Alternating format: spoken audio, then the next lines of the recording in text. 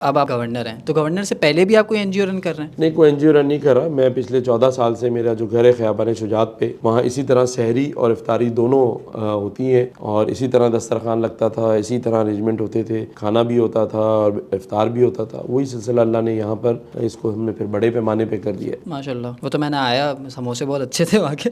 پکوڑے بھی کھاتے ہیں. پکوڑے میں نے کھائے لیکن سموسے مجھے زیادہ اچھے لگے. ہم نے پہلے بچپن میں بے نظیر صاحبہ جو شہید ہیں ان کے ہاتھ میں تسبیح دیکھی تھی، عمران خان صاحب کے ہاتھ میں تسبیح دیکھی. اب آپ گورنر ہیں، تو آپ گورنر بننے سے پہلے بھی آپ کے ہاتھ میں تسبیح ہوتی تھی؟ دیکھیں، کچھ چیزیں ایسی ہوتی ہیں جو آپ کی زندگی کا حصہ ہوتی ہیں، آپ ان کو ایسے نہیں کر سکتے کہ ابھی آپ نے شروع کر دیا. اور یہ تو ذاتی چیز ہے، مطلب اس تسبیح سے میں نہیں سمجھتا کہ آپ کی سیاست پہ کوئی اثر پڑ رہا ہے. تسبیح وہ لیں ہاتھ میں جو کچھ نہ کر رہے ہوں اور صرف تسبیح لے کے کھڑے ہوں تو بھی بیکار ہے نا.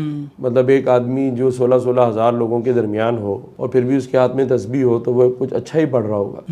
ورنہ یہ چیزیں دکھانے کے لیے نہیں ہوتی. اگر آپ دل سے پڑھ رہے ہیں کچھ تو پڑھیں، اللہ تعالیٰ دیکھ رہا ہوتا ہے. میں نہیں سمجھتا اس میں کوئی ایسی بات ہے. بہت سارے سیاسی پیجز ہیں جو آپ کی پوسٹ چلنے نہیں دیتے، یا تو آپ کی وہ آپ ایک موبائل میں بیٹھے ہوئے ہتھ کڑی پہن کے وہ پکچرز اپلوڈ ہوتی رہتی ہیں، میں وہ دیکھتا رہتا ہوں. تو یہ لوگ ایسا جب آپ اچھا کام کر رہے ہیں ایک تو بجائے سپورٹ کرنے کے، وہ لوگ اس طرح کیوں کر رہے ہیں آپ کے ساتھ؟ اگر کوئی ایک اچھا کام کر رہا ہے تو میں تو اس کو سپورٹ کروں گا، جیسا میں آپ کو کر رہا ہوں سپورٹ کہ بہت اچھا کام کر رہے ہیں آپ. ہم نے نہیں دیکھا ایسا کبھی بچپن سے، میری عمر کوئی 25-26 سال ہے، میں نے نہیں دیکھا، لیکن آپ کام کر رہے ہیں تو میں آپ کو سپورٹ کر رہا ہوں. تو وہ آپ کے خلاف کیوں ہیں ابھی بھی، یا وہ اچھا کام کرنا نہیں چاہتے؟